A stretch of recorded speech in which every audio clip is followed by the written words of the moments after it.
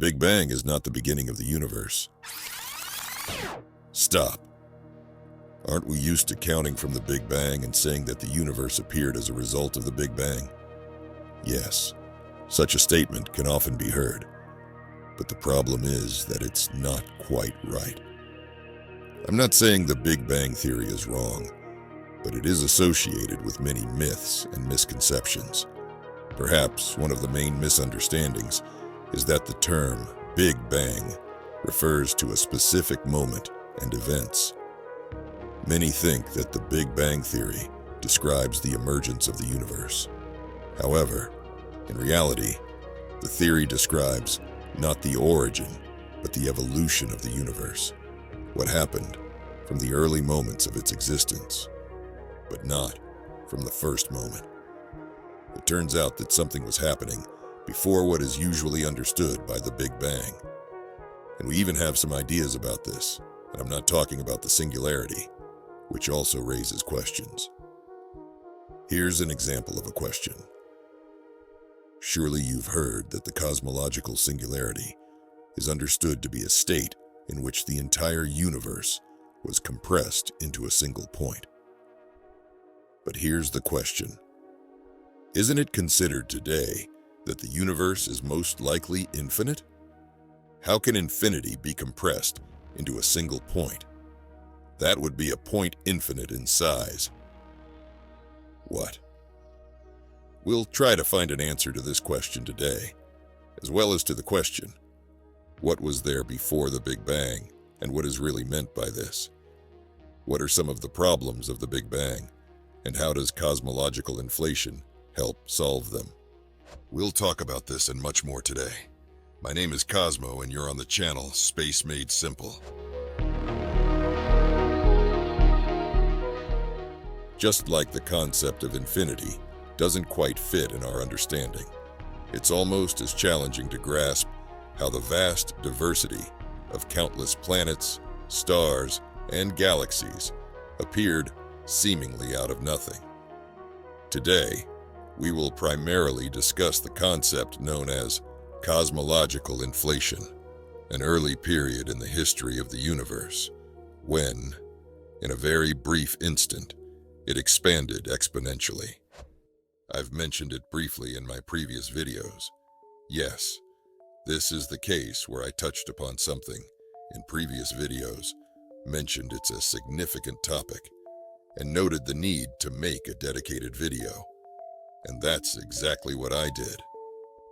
As with the Big Bang, it's easy to get tangled up with the concept of inflation, not least because you can find seemingly contradictory statements in different sources. For instance, Wikipedia indicates that the era, which lasted from 10 to the negative 36th to 10 to the negative 32nd seconds after the Big Bang, was the time of inflation. That's a very, very brief fraction of a second. Many of you have seen diagrams showing various timelines, some annotated and some not. But here, it's distinctly marked. First comes the Big Bang, then inflation, and then everything else follows. However, take this extract from a book, which claims inflation occurred before the Big Bang. And here's another article, for example, and there are many more. So, really, was it before the Big Bang or after? It seems like such a crucial detail. Here's where we delve into the details. What exactly is meant by the Big Bang here? But let's discuss everything in order. In 1915, Albert Einstein published his general theory of relativity. This allowed for discussions about the structure of space itself, time, and the evolution of the universe in terms of specific physical laws. In 1917, Einstein himself applied his theory to describe the entire universe, and unexpectedly found that his results contradicted the prevailing view at that time, that the universe is static. His solution showed that the universe must either be expanding or contracting.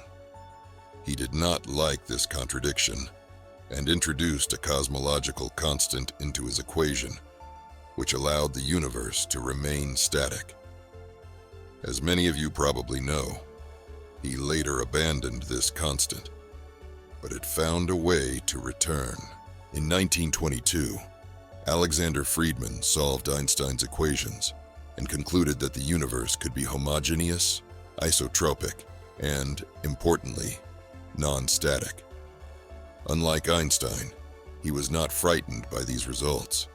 His solution described three versions of the universe, three versions of the shape or geometry of the universe, and, accordingly, its evolution: a closed universe, an open universe, and a flat universe. We have also talked about these. He was one of the first, if not the first, to suggest in this context that the universe might have a beginning. In 1927, Georges Lemaitre also described an expanding universe, and later even introduced the concept of a primeval atom from which the universe was born, what we today call the cosmological singularity, and which ultimately became the basis of the Big Bang theory.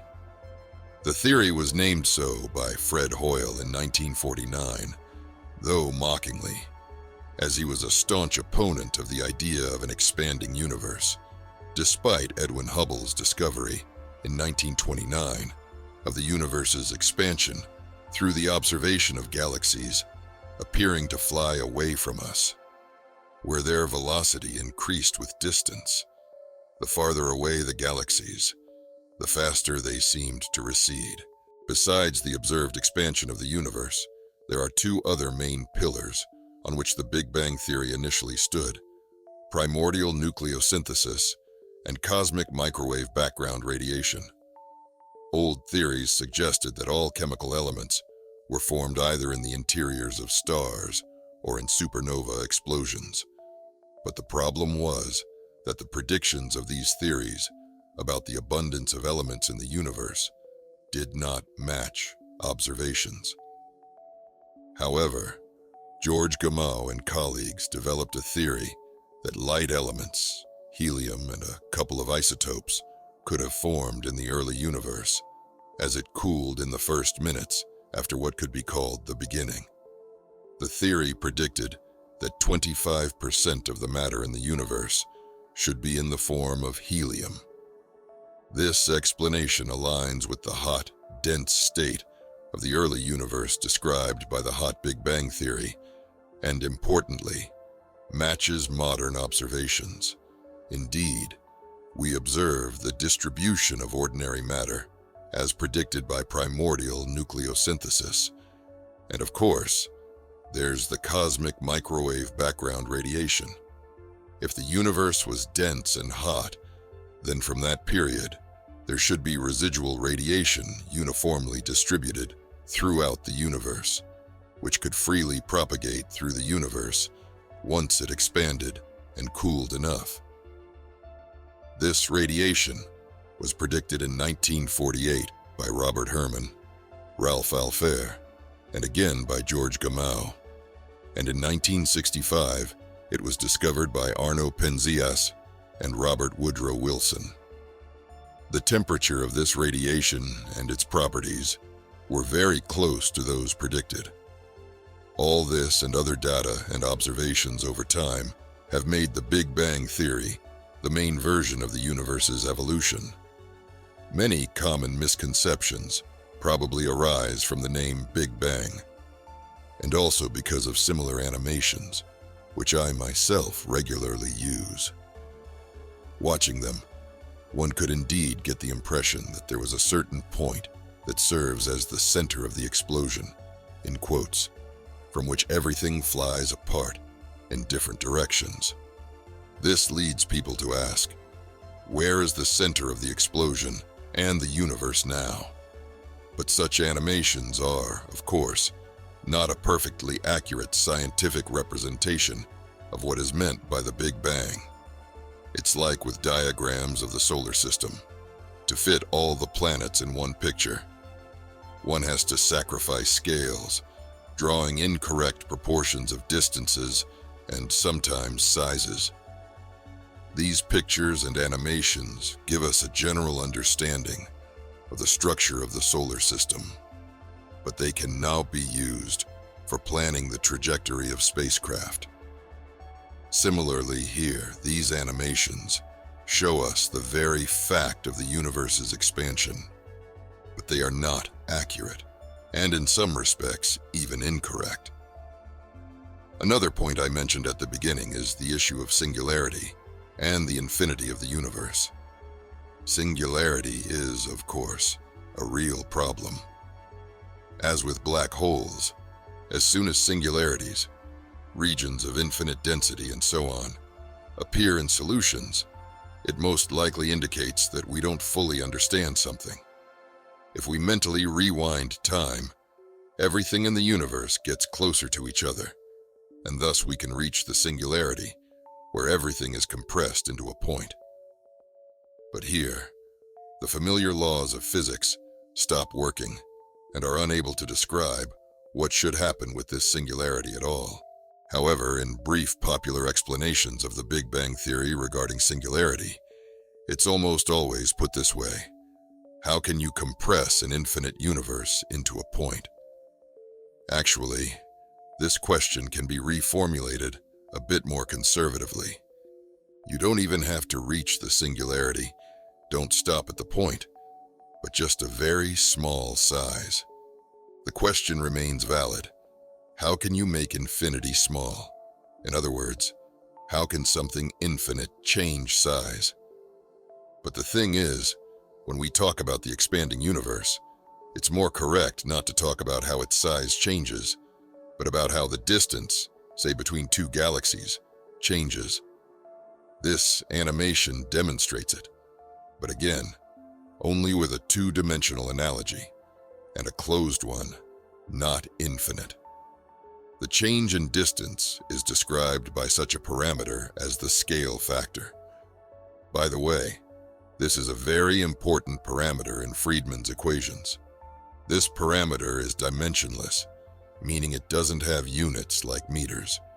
And in the present time, when the age of the universe is approximately 13.8 billion years, and the radius of the observable universe is about 46.5 billion light years, the scale factor is assigned a value of 1.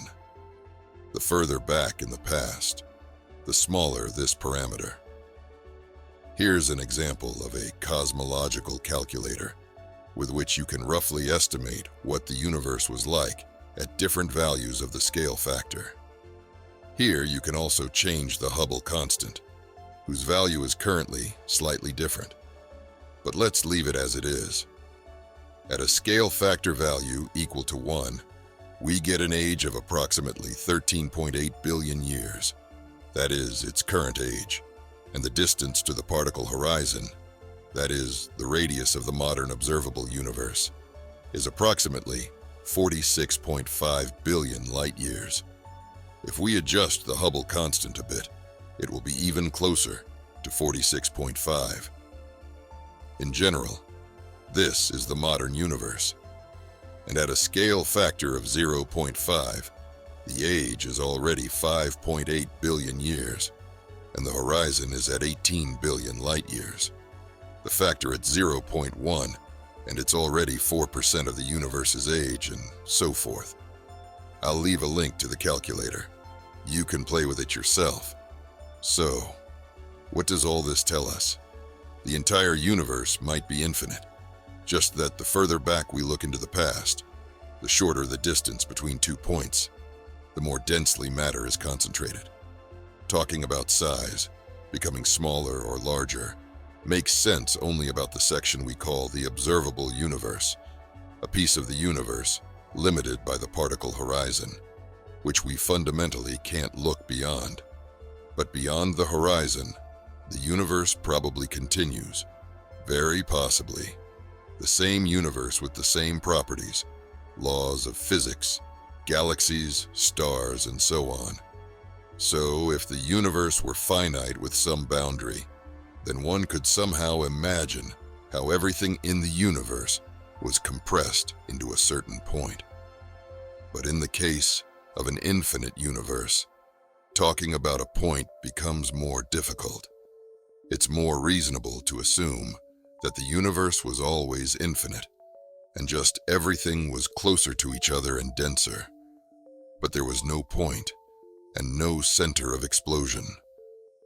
Not to say that dealing with infinity is significantly easier to comprehend, but at least talking about the evolution of the scale factor is more accurate than about the size of the entire universe.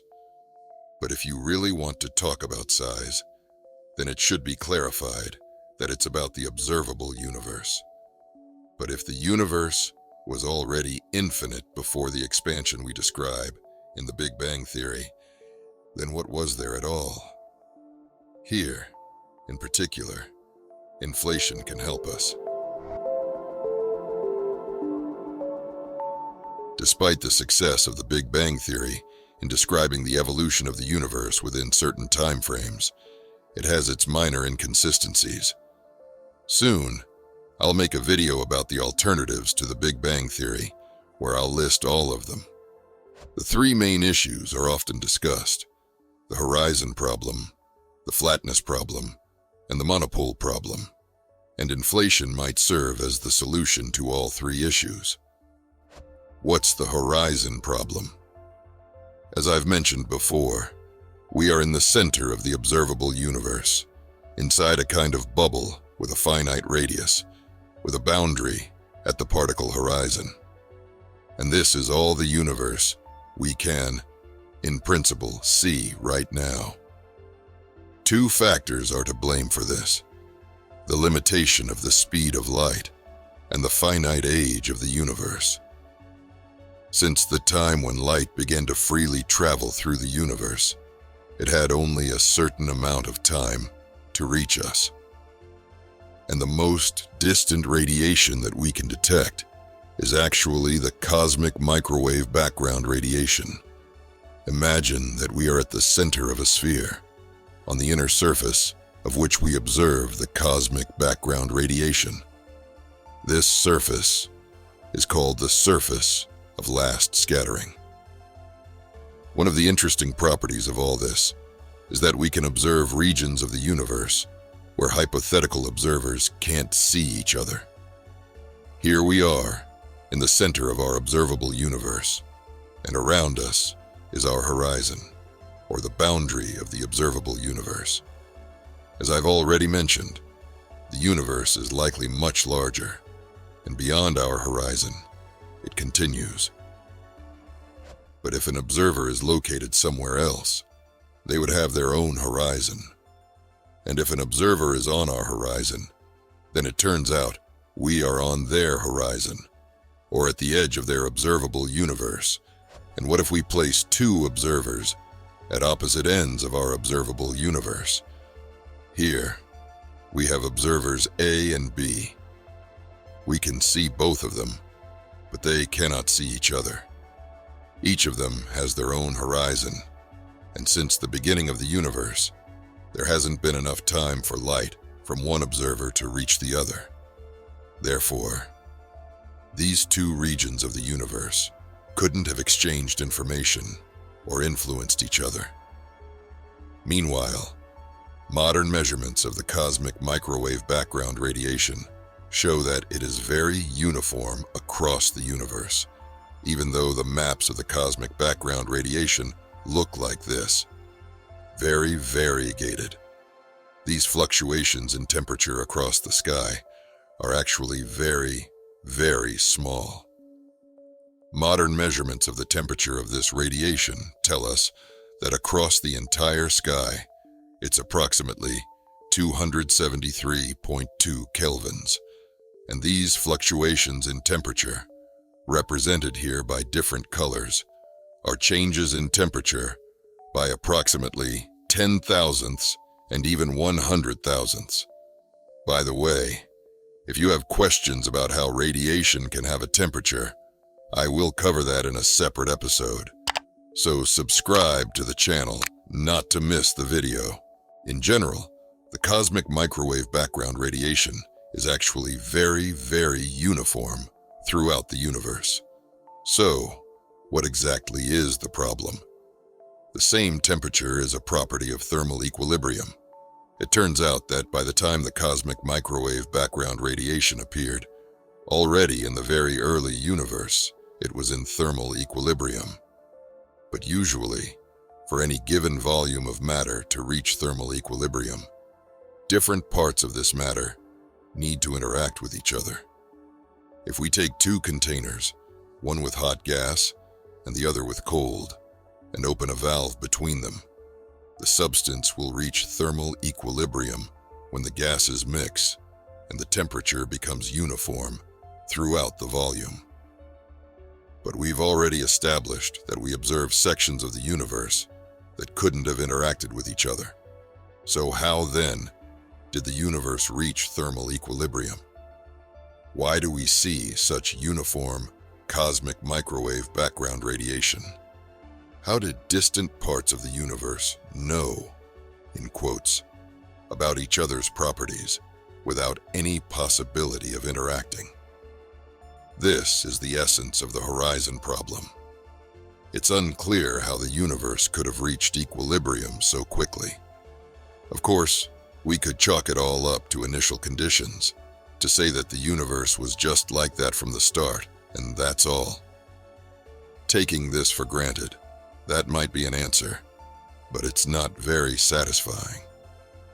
Just like with the problem of fine-tuning the universe as a whole, about which I'll also make a separate episode, this is just how things were, and we have to accept it approach doesn't provide us with any knowledge about the structure of the universe and its evolution. Next, we have the flatness problem. I didn't just recall the fine-tuning problem of the universe out of nowhere. It's actually quite pertinent. The geometry of the universe, space-time, and the critical density are one of the most pressing issues in fine-tuning. In a nutshell, the fine-tuning of the universe refers to a situation where it seems that our universe is as if specially set up by someone so that it could support structures like stars and galaxies, and even life itself. It seems that a considerable list of universe's parameters, having exactly such values that allow both structure and life to exist, just can't be a coincidence. And why do we specifically talk about the flatness of the universe in the context of the Big Bang? The issues are sharp enough, but the Big Bang exacerbates them even further. I'll remind you that depending on the total amount of matter in the universe, its fate and shape could be different. Recall such a parameter as the critical density. The critical density equals 1. If there is too much matter, the density is greater than 1. The universe may have a closed geometry. Gravity wins, and after the beginning of the expansion, it can collapse back. Conversely, if there's too little matter, the density is less than 1. Then it has an open geometry, and under certain density values, it expands so rapidly that no structures form. But there's also a middle option, when the density equals 1. There's just enough matter in the universe so that it won't collapse back, but also doesn't expand too rapidly. And modern measurements show that the density in the universe, if not equal to the critical, is very, very close to it, and the geometry of the universe is flat.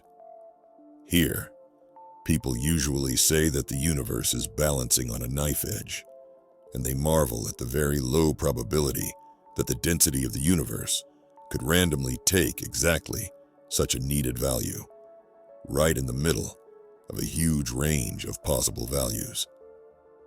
But why is this specifically a problem for the Big Bang Theory? Ideally, flat geometry and a density equal to the critical one represent an unstable, unique situation.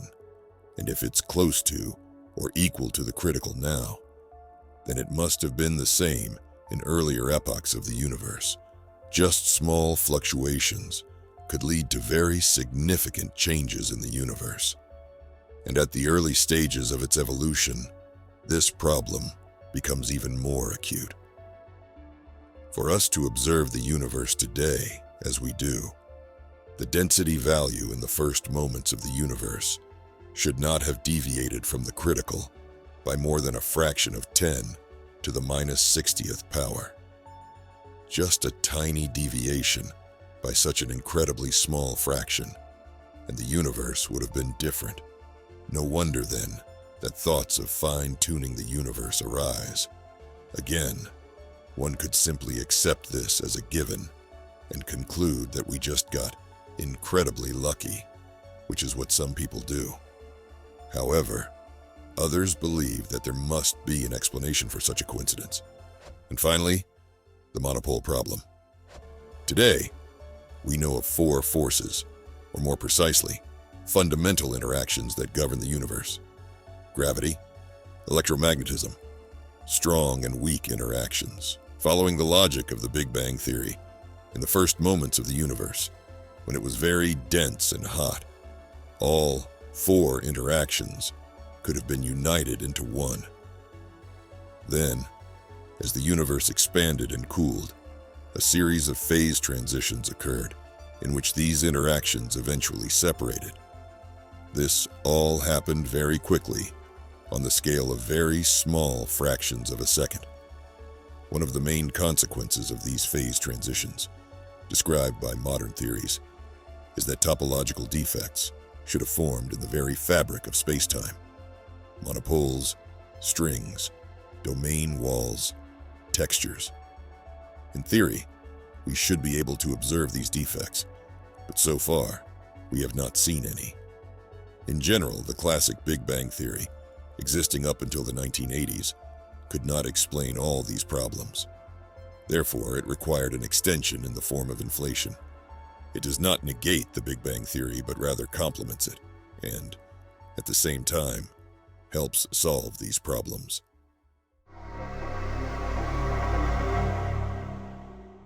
Throughout almost its entire existence, the universe has been expanding, let's say, gradually. For the first few billion years, the expansion rate slowed down, and then the expansion began to accelerate again, which today we associate with dark energy. But that's a story for another time. To describe what inflation is in the simplest terms, it was an era when the universe wasn't just expanding, but was expanding wildly. It expanded exponentially, doubling in size, or more precisely, the distance between 2 arbitrary points doubled every incredibly small fraction of a second. And when 10 to the minus 33rd power of a second had passed, that's 1 billion trillion trillionth of a second. During this time, the universe expanded by a factor of 10 to the 30th power, which is 1,000 billion billion billion times.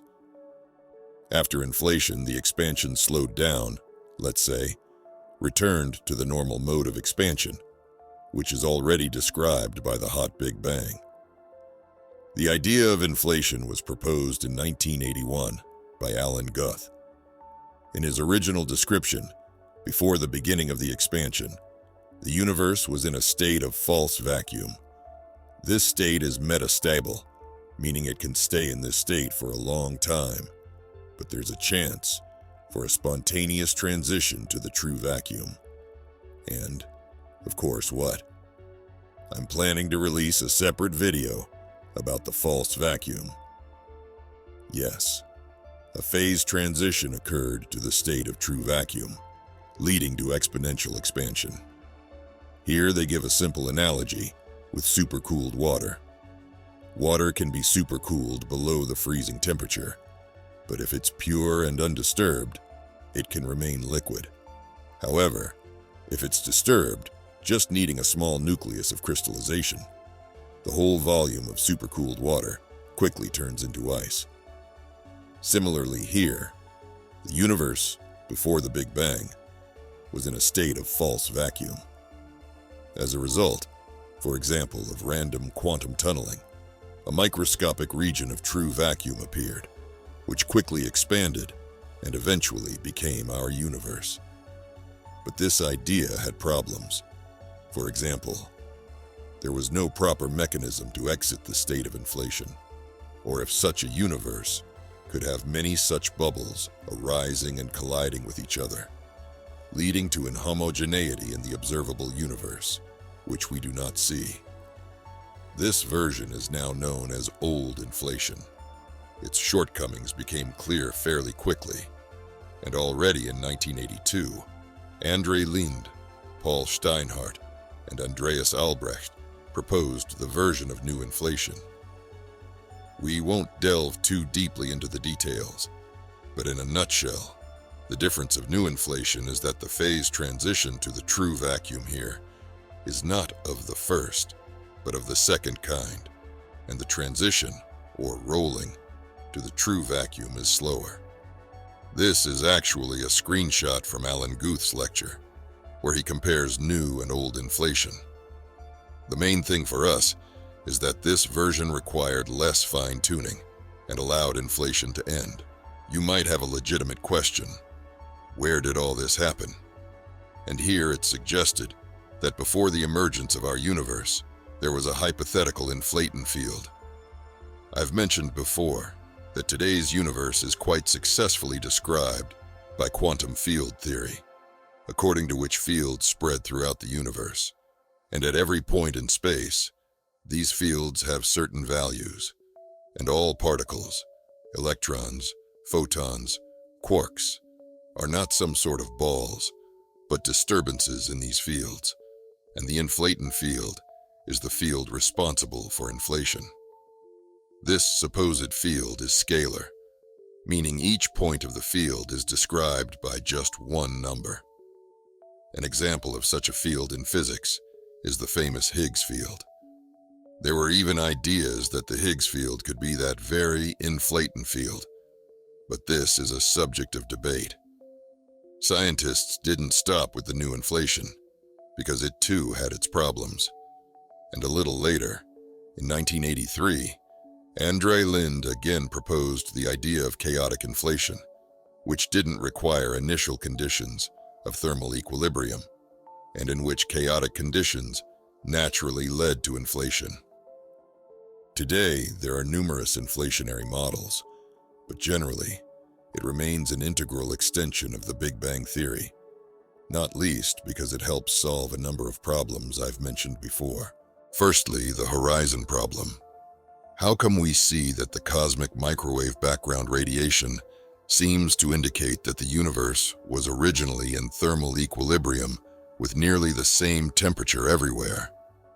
Well, inflation allows us to do without such finely tuned initial conditions. Inflation permits a scenario where the universe was not initially in thermal equilibrium. Remember, I mentioned that during the inflationary period, the scale factor, or the distance between 2 points in space, had to increase by orders of magnitude in a brief moment. If we calculate how fast this happened, it turns out to be much faster than the speed of light. We might start objecting, since the special theory of relativity prohibits faster than light movement, until we recall that it prohibits this for objects moving through space, but allows space itself to expand faster than the speed of light. But our horizon problem arises due to the limitation of the speed of light. In the early stages, within the then existing particle horizon, there could well have been areas not in equilibrium. Here is an area in equilibrium, and nearby, an area with different properties. However, inflation occurred so rapidly that the particle horizon, which is by definition tied to the speed of light, could not keep up. Space-time itself expanded so quickly that all non-uniformities were pushed beyond the horizon, leaving behind only a region in thermal equilibrium, which we observe in the cosmic microwave background radiation. So, it's not required for the entire universe to have initially been in thermal equilibrium, and it explains why we still observe it. This also allows, after the end of inflation, for the inhomogeneities to come back inside the horizon as it catches up to them.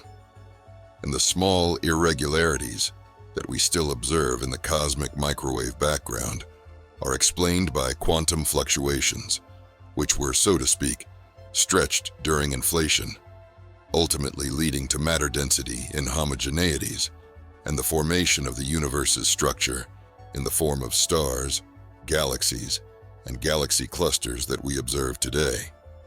As for the flatness problem, something similar applies.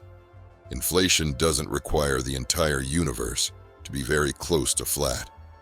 The very rapid expansion of inflation could just stretch space so much that the section within our observable universe became indistinguishable from flat geometry. This is like zooming in on a circle, so much that the curvature is unnoticeable, and a fragment appears to be a straight line, or how the Earth seems flat. The same goes for topological defects, like monopoles. We don't observe them not because they don't exist, but because the incredibly rapid expansion of inflation pushed all existing defects beyond the horizon. They are there, just not accessible to our observation. In general, inflation solves a number of problems of the Big Bang theory while not negating its successes.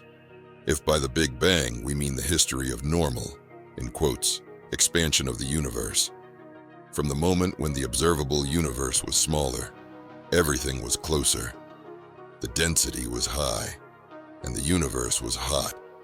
If not rewinding back to the singularity, where our laws of physics break down anyway, then one could say that before the Big Bang, there was an era of inflation. So, these pictures showing that first there was the Big Bang and then inflation are incorrect. Here's a more accurate annotation where just the chronology of the Big Bang is written. Rather, inflation is what triggered what we describe as the hot Big Bang. What was before inflation? Naturally, we don't exactly know. I've already touched on this briefly when talking about the inflaton field and the state of false vacuum. There's even a hypothesis of eternal inflation, according to which inflation actually never ends. More precisely, it ends in small patches of the field, and these patches become universes like ours. And then, possibly, there could be countless such universes. According to Max Tegmark's classification, this is a level 2 multiverse. Of course, there are a lot of nuances in all this, and as I've already said, there are many inflationary models themselves. Again, nobody claims 100% that everything was exactly as described in one of the versions. But nevertheless, today the Big Bang Theory together with inflation is the best and most widely accepted description of the evolution of the universe, even attempting to look beyond the edge of what we are accustomed to calling the beginning of our universe. While this doesn't provide a final answer to the question of the origin of everything, yes, we can descend one more step below the beginning of the existence of our observable universe, admitting the existence of the same eternal inflation. But where it came from, whether there was something before it, we do not know, and it's not certain if we will ever know. Although 100 years ago, we couldn't imagine how deeply into the universe we could look, so anything is possible. Thank you for watching. Be sure to subscribe to my channel. This was Cosmo. Bye for now.